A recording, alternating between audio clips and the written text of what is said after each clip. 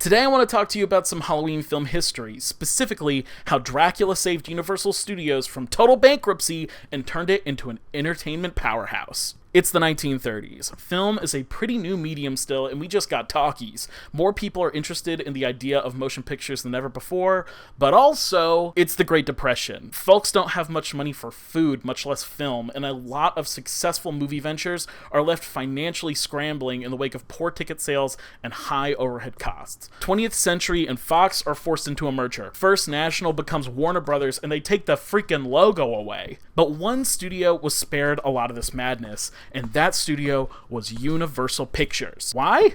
Well, they had Dracula.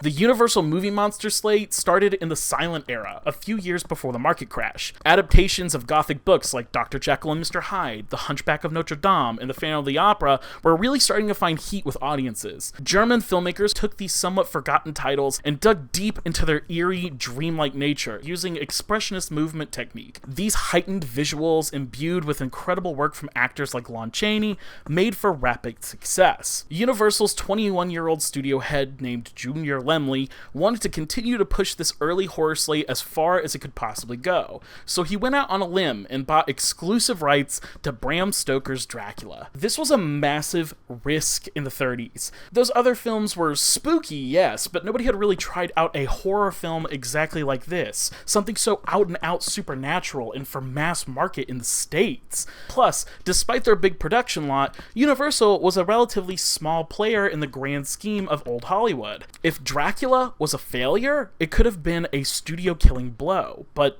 it wasn't. Drac was a hit. Audiences loved the escapism of the movie, and it was quickly followed up with another monstrous novel adaptation, Frankenstein, which did just as well. Then we got The Mummy in 1932, The Invisible Man in 1933, and then The Bride of Frankenstein in 1935. Universal's monstrous success unfortunately could not save the studio from acquisition.